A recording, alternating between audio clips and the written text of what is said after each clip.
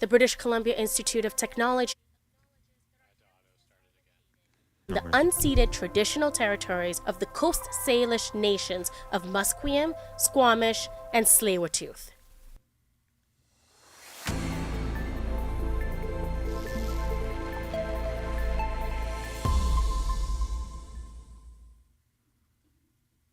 Good morning and welcome to BCIT's The Crow.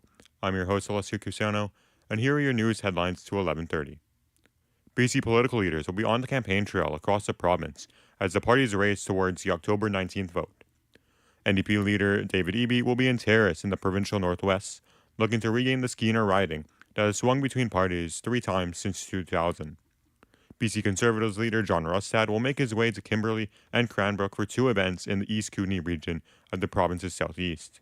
Meanwhile, former BC Chief Coroner Lisa Lapointe will join BC Greens leader Sonia Furstenau to make an announcement on the provincial drug crisis in Victoria. School has been in session for over 3 weeks now.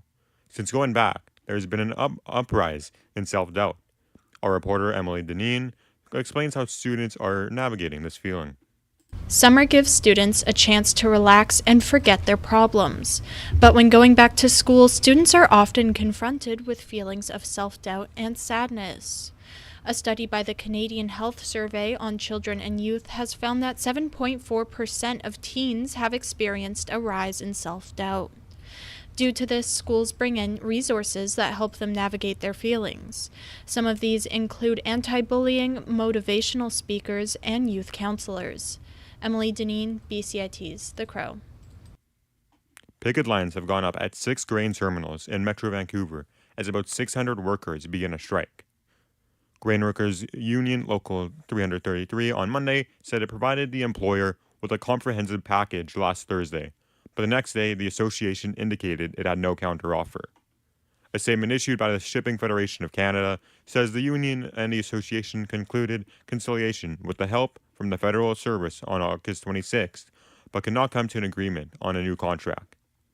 Union President Douglas Lee Smith says a meeting has been set for tomorrow. The employer has agreed to the minister. They've made a commitment to come and Wednesday afternoon to meet with the Director General, Peter Simpson, and ourselves, the union, to try to resolve the impasse that has occurred at bargaining.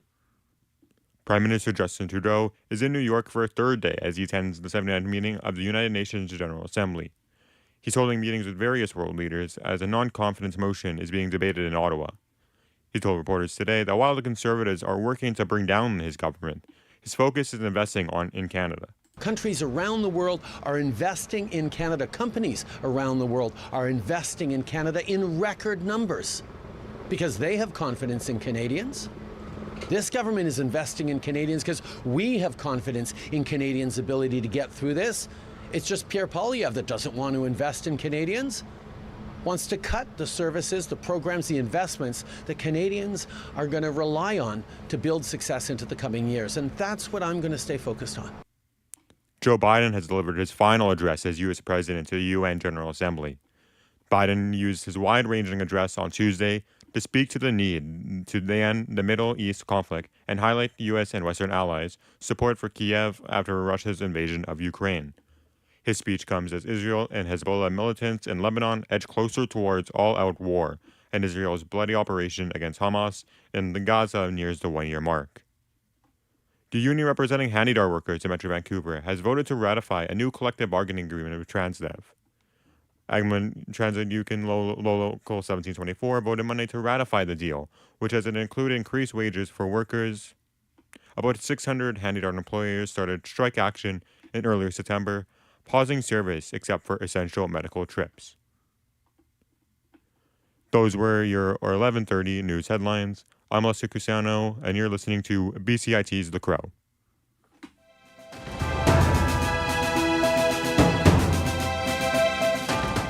Stay tuned for more on BCIT's 1680 The Crow. This is 1680 The Crow, and you're listening to our feature presentation.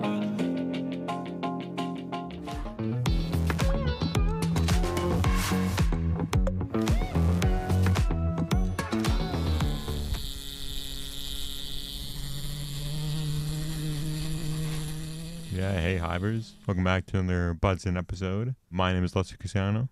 And I'm Isabella Calisi, and we're your hosts for today. We're talking about bees. Love bees. Buzz. So today the episode is What's the Buzz with Backyard Beekeeping? And the thing that we're kind of discussing today is how urban beekeeping can possibly have an impact on local pollinators. To discuss this question of if urban beekeeping does have an effect on local populations and local pollinators, which don't always include bees, like, there's butterflies, the wind, there's lots of different pollinators around. But like urban beekeeping kind of usually has to do with honeybees and like sometimes mason bees, all that kind of capacity. And you have lots of supplies and you have to like get this all from somewhere. So I went to BC Bee Supplies up on Hastings Street, North Burnaby here, and talked to one of the owners, Winston Wong, on kind of his opinions on the subject. So I guess we'll kind of like take you there now. These are smokers. So did Winston tell you anything about smokers or like any of the equipment? No. Okay. So when we go into the hive, we're disturbing the bees, obviously, and they think we're a predator, kind of like a bear trying to steal the honey. So we use smoke with a smoker to try to mask our scent, and it also makes the bees believe that the hive is on fire. So they'll go into the hive, and they'll start collecting honey to leave the hive with to create a new hive that's not on fire. So we put burlap into the smoker, and then we smoke the hive.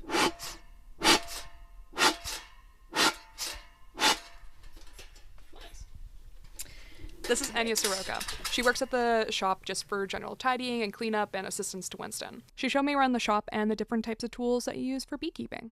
There's different equipment for uncapping. There's knives, there's forks, and this is a roller. It happens that there's something wrong with the queen, or you want to split the hive and you need a new queen, and so there are people in the business of rearing queens. And this is all the equipment that we have to help with that, and these are queen... You're doing great. These are queen cells. I'm gonna go ask Winston. Winston is one of the owners. Him and his wife, Ninny, run the shop, but I think Winston's more in charge of, like, the beekeeping downstairs. Here is this guy in a bee suit on this garden tour spinning honey. And we're like, what is this now? Because we were just interested in the garden stuff. Because we were just starting one on our own. And we basically spent the rest of the day with him, helping him extract honey. The shop is for local beekeeping enthusiasts, everything on, like, the smaller scale. They supply them with a mix of tools and care supplies and order stuff like colonies for people or queens if they need one to refix their hive. So we got started about 12 years ago, so 2012-ish. We opened a beekeeping supply shop in 2017. So we were beekeepers for a number of years, and now we're encouraging other people to do the same. I guess there's interest for the scientists, there's interest for the environmentalists, there's interest for the gardener, there's interest for anyone interested in creepy crawly things that fly. So all of that, there's a lot of appeal for bees, and thus a lot of appeal for beekeeping. Some other facts about bees. So in BC, the number of beekeepers went from 2,793 in 2019 to 4,911 in 2023, and that's the registered amount that we can find. Yeah, I found it was an interesting fact that there's that many, like, at least registered beekeepers in BC. What did you think? Yeah, it's great. Great to know. Like, I think that's important to know. And, like, for the beekeepers, it's very important to register, of course. And great to see that they're, like, all around everywhere. So, like, if anyone wants to start beekeeping, they're like, hey, there's actually a lot of people doing this. So they have their own support. That has a sharp edge and a hooked end on the other side. You can choose which side to use, and you just scrape it or wedge it in between the frames. Almost what our whole business is built around are local bee populations. Now, when I say local, I don't mean local honeybees, because none of the honeybees are local to North America. They're all brought in at some point. But there are enough farmers of bees, keepers of colonies, that have a surplus in the spring. So we have nucleus colonies, nuke colonies is what we call them, and they are partial colonies that have a queen, a number of frames of bees with some honey and pollen in them. And then that is sold as a bundle that allows people to take them from our shop and put the bees into their own hives. Basically, without a queen, a colony's future is less likely to be sustained. So by bringing in queens or rearing queens, raising queens, we can help beekeepers keep their hives going if there's a problem with any of the leadership in the colonies. But one of the interesting things that I found when we kind of started looking into this is that apparently a lot of Canadians and a lot of Canadian like bee, honey farmers, whatever it is, where people kind of get like their colonies and their queen bees from in Canada is from overseas. So they get stuff from like Chile, Australia, and that's because like their bees are kind of dying off during like the winter, or there's been a large infestation of like mites and things, so they keep kind of dying off, and the weather's been getting harsher, and that's been kind of harder on these commercial kind of bee suppliers, as well as I guess like variety and things. But I don't know, I didn't realize that. How about you? No, I didn't realize that at all. It's crazy, like, to think about, like, just the little bees traveling in, like, those little cases. United States, not that far, but Chile, that's over at least one continent as well. It's a long journey. Over the last 5 years, right, these are the 5 years of the pandemic, there have been people interested in producing their own honey, trying a new experience. They may have heard that bees are dying worldwide and want to make a difference. So there's lots of reasons to enter beekeeping, but as life returns to a 2019 normal, where people are very busy, their time isn't as available, we are actually down compared to those years. But I'm hoping that beekeeping still remains popular for the upcoming future.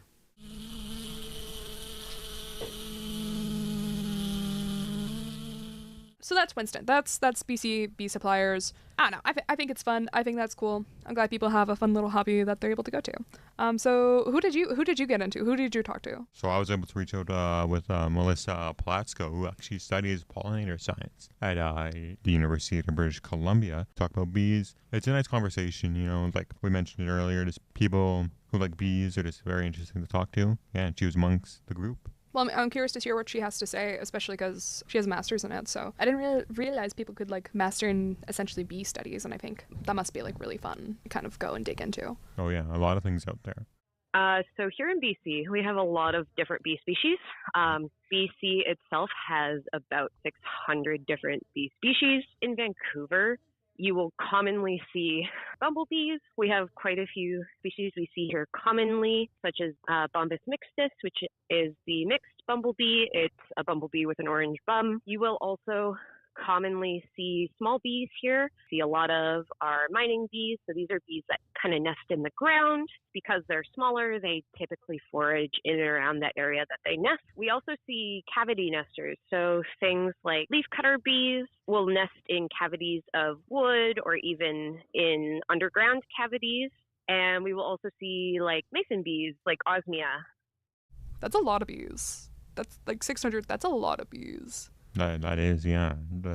I can only name like 3 or 4 types, and the fact that there's like hundreds of different more, that's crazy.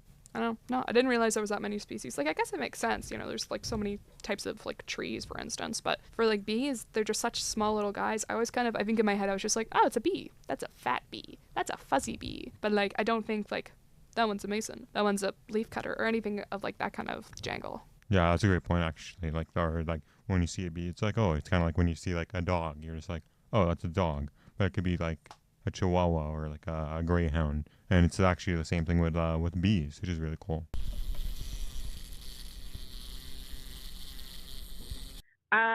So there's a couple different ways that backyard bees, more so honeybees, can impact native bees. There's a possibility for competition with native bees for nectar and pollen, especially in urban landscapes where some of these gardens and flowering areas can be fragmented or very small. There's an increased likelihood of pathogen transmission from managed honeybees into native bee communities. Several studies have seen that some diseases can pass from managed honeybees into bumblebees as well as other native bees. And then kind of finally, this is less for our native bees, more for our plant communities, but honeybees can change the composition of wild plant communities by providing resources for honeybees and deterring native bees from foraging there. Essentially, a selective pressure towards catering to bumblebees in natural areas or native plant communities. But yeah, I didn't really realize that about that they could change the composition that much of like the environment around them. That's pretty powerful for just a small little pollinator. Yeah, it's great. And like, that the section of the conversation, Melissa was awesome. She just really know a lot about it. And like, yeah, I learned a lot about it as well, like how much it impacts, like the resources they do and like the work that kind of does, They're quite little guys, so of course it goes like uncharted. It's so really cool to know about and just to have to think about. It makes me think of, because it does make sense. It's like when you have like a lot of humans and like an area and there's like a patch of grass there, but if enough people like walk over it, then it's gonna get changed, and then that changes the environment around you. So it makes sense. It's just I didn't realize that it impacted it that much. Yeah, exactly. I didn't either. It's just like so cool how much work they do. Just like they have their own little lives, just like humans. And the bees don't like being exposed, so we keep these panels covering the glass until we want to see the bees, at which point we remove the panels and we can observe the bees. So, conflicts with native pollinators is not really our issue. We just hope that of the people that choose to have colony-driven bees on their property, that they have enough education and experience to arm themselves with so that they can effectively beekeep according to their goals.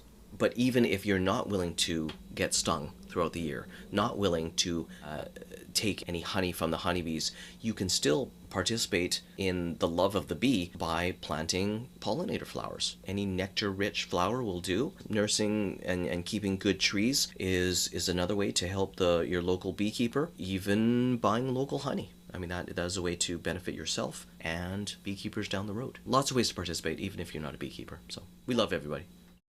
The best way to support local bees is to support diverse plantings of native plants, plant them in your garden, support them in your parks and community gardens, as well as to just spend some time either taking a pollinator walk or looking online at wild pollinator resources and just learning a bit about the bees that live around you. All these native bees get overlooked, and it's hard to implement conservation measures when people aren't even aware these bees exist. To look into wild bees, the Xerxes Society for Invertebrate Conservation is a great resource. And my website, of course. Get curious. Start learning about wild bees. Yeah. I think that's really nice. I think it's nice how kind of like both unanimously kind of like think the same, like Winston and Melissa, I mean. I think it's interesting how both of them have like a similar reaction of like, do your research and, figure out what's around you. And I think honestly, that kind of seems like the best way to like go about this entire thing. Yeah, for sure. It's great to see they're kind of like, even though they're both from like different kind of like communities or different opinions, they're still kind of to spread the same message, even though the message is slightly different. And just overall looking out, they want to keep their what they do safe and fun.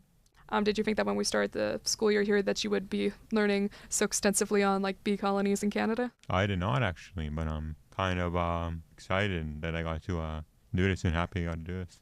Nice. Well, thanks for tuning in, listeners. This has been The Hive, and we're your hosts. I'm Isabel Calisi. I'm Melissa Cusano. And we'll see you guys next time. This episode was produced and edited by Isabel Calisi and produced by Alessio Cusano.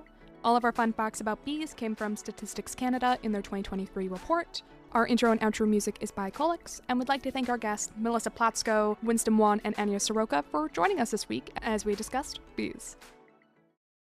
What do you collect? I collect shoes, K-pop albums, rocks, and crystals. Pokemon cards, money, sports trading cards, photo cards. I collect jewelry from different countries I visited and from thrift stores.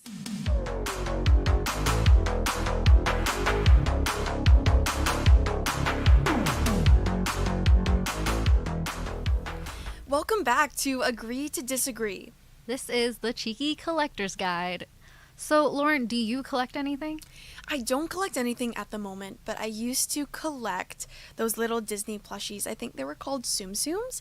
I used to have so many of them. Unfortunately, my parents gave them away. I think I grew out of them according to them, but how about you, Tammy? Well, I have always been a Sanrio girly. I had a very modest collection of mostly Hello Kitty items when I was a kid.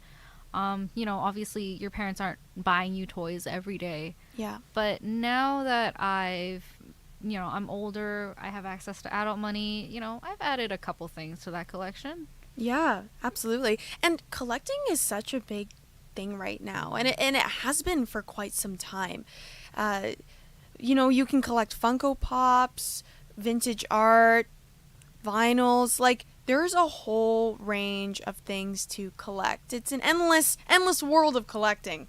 Yeah, and there's some real value that can be generated from these collections, like especially if you manage to get your hands on something that was maybe owned by a celebrity or something that was limited edition or even first edition. Like, there's some real big money in these collections. Totally. Oh, new Charizard card. Cool. New Gym Challenge game cards. Can G.I. Joe stop the Crimson Guard? Find out in Marvel Comics. And that was from the Pokemon Gym Challenge card set commercial from 1999 and the G.I. Joe 1985 Marvel Comics commercial. There are different collectors out there. People who make art, people who sell them, people who just admire them for themselves. I mean, what is it? Profit, for passion, or both? You know what? I met a guy the other day who just paints on Pokemon cards. Whoa, really? Yeah, you can find him on Instagram. He goes by Sukoko Studio. He takes Pokemon cards, and you know how they just have a little, like, rectangle of art where you can see the Pokemon? Yeah. He takes that, and he basically expands the painting to fill the entire card. This is how he puts it. Oh, I like that one. That one's sweet. That's adorable. Yeah, these later ones definitely goes back to my childhood where I would also stare at my Pokemon cards and just imagine what that world looked like. And I paint on everything. I try to paint on all over my sketchbooks. And I just thought, what if I, just expanded the world?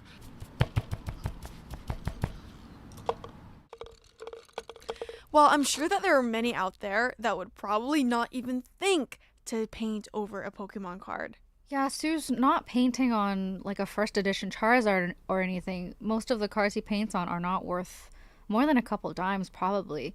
But it doesn't even matter to him anyway because the value of Pokemon cards to him isn't the monetary value but the Pokemon card itself.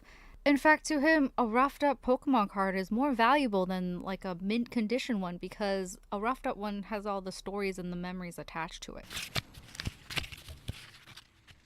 Those ones tell more of a story, especially even if they are a little bit damaged, because for me, I want to be able to feel like, how do I transform it? Do I make it seem as if, the card itself was attacked by a Pokemon? How do I, incorporate that? I want to do more of that. He also told me about the role of Pokemon in his childhood and why it means so much to him even today. We were immigrants, so we didn't have a lot of money, so my parents got me like 2 packs of Pokemon cards for my birthday. And I remember being a little kid and being like, they're my pets, so I'd lay them all out and then feed them goldfish crackers. And it's like, when I talk to people about the Pokemon cards, everybody has stories like that. They all have little things they would, especially because in your childhood, people, they would take their cards with them wherever in the rain and in puddles, and now they're able to kind of relive that. And I'm sure that there are many people like Sue out there, but maybe not with Pokemon cards. Well, what about comic books? I met this artist a little while back who creates collages out of vintage comic books. He's a collector and an artist. Oh, really? Just like Sue.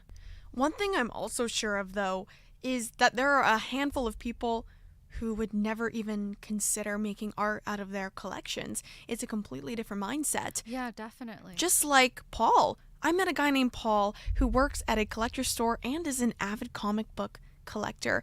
He told me that he would never even consider touching his comic books other than admiring them and reading them. To make art? Well, he said that's a completely different ballpark.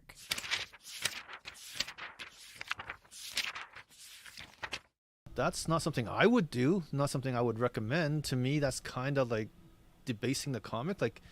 I'm a collector that likes to have his collection complete, like 100%, not with pieces missing and things out of it, right? If I see a comic like that, I wouldn't buy it because it's not for me. Paul also mentioned that he values the profit he makes from selling his comic books. Like, okay, this is what I used to do when I was younger. I would buy certain books and I would sell certain books, and then nowadays I look back and what I did back then, and I realized that those were mistakes, because some of the books I've sold for like a couple thousand back then are now worth like 40,000, 50,000.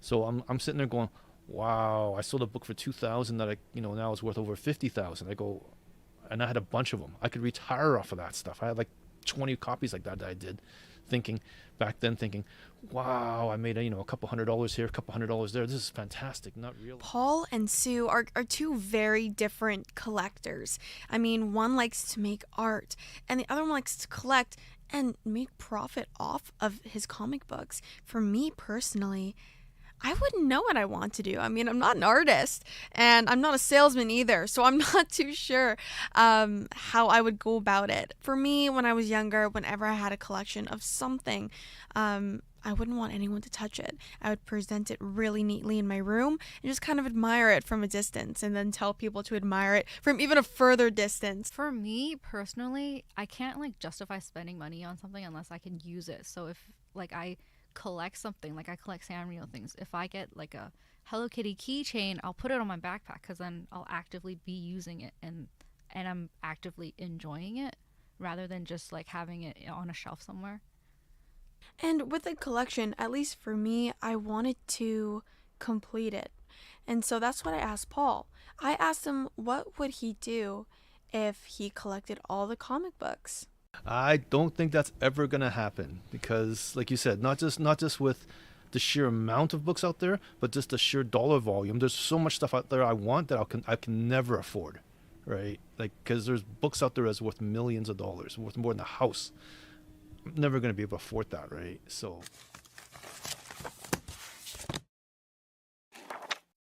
Sue and Paul are different types of collectors, and it's because they have different values. I think Sue as a person values the artistry and the nostalgia, whereas what do you think Paul values more? I think he values having the pristine collection but also making money off of it. Like he said, he would choose to sell certain comic books and keep others. So I think definitely a part of it is making a profit off of them. I mean, he is a manager at a collection store. I guess they just represent the different types of collectors there are out there, huh? Because for me, myself, I think I relate to Sue more. I'm definitely not planning to sell my collection, but it's more of a nostalgia and having this that means a lot to me rather than oh, I'm probably going to sell this and make more money later. Yeah, I mean, I'm definitely not an artistic person when it comes to painting or drawing, but if it's a collection that I'm really, really passionate about, I would never consider selling kind of those collectibles. If I came across something that was worth a lot and it didn't mean too much to me, I definitely consider seeing how much money it's worth and maybe giving it to somebody who actually wants it and values it for their own collection. Yeah, I mean, I think that would be a bonus. If I were to pass away, I mean, I will eventually, but when I do, it'd be a nice bonus if the stuff that I own actually has some value, and then that would benefit your loved ones, right? Yeah, absolutely. I do think they share one commonality, though. Yeah, what is that? They both regret getting rid of the stuff they had as a kid. Right. But maybe for different reasons. Sue wants to be able to paint on his old cards, and Paul, he's thinking about how much his old stuff would be worth today. Yeah. But I think we all relate to that. You have that story about your parents giving away your collection. Well, yeah. I mean, it wasn't just those Tsum Tsums I mentioned. There were so many other retro toys and cards that I had that I really wish I still had today, even if it was in a box somewhere. It's the nostalgia, it's the meaning behind it, it's a memory. to my childhood and probably a lot of people's childhoods. So I totally have that regret of my parents giving it away. Yeah, and I think a lot of kids feel that way, like kids our age, and this is my theory. I think that's why Pokemon is coming back. I think that's why Hello Kitty is coming back, because we had these collections when we were kids and then we don't have them anymore. But now that we've come into, we have access to money and our own free will and whatnot, we can get those things again. Totally. This was Tammy Mack and Lauren Achille. So whatever you decide to do, you can collect them all, you can paint them all, you can sell them all. The choice is yours.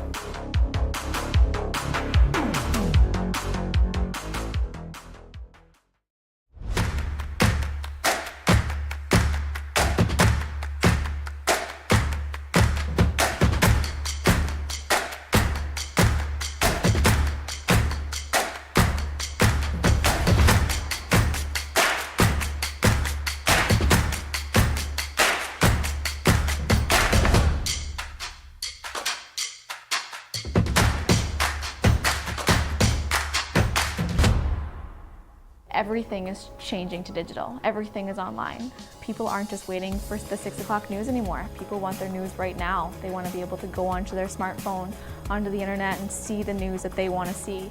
Vancouver is growing at, a really rapid rate, the Lower Mainland even, and with the tools that we're given here, we're able to cover all of that. Welcome to BCIT Magazine. I'm Radhika Sikakane. In the program, they really leave it up to you. I mean, the help is there when you need it, figuring out how to use the programs like Premiere, Audition, and figuring out how to use the cameras. But it's up to you to sort of experiment and figure out what you can do when you go out in the field. They brought candles and flowers to remember the student who lost her life yesterday. Teresa May says the international community condemns Moscow. They really make sure that you know the basics and you are able to put out a quality product. I'm Brady Tretanero. And I'm Radhika Sikakane. Thank you for tuning in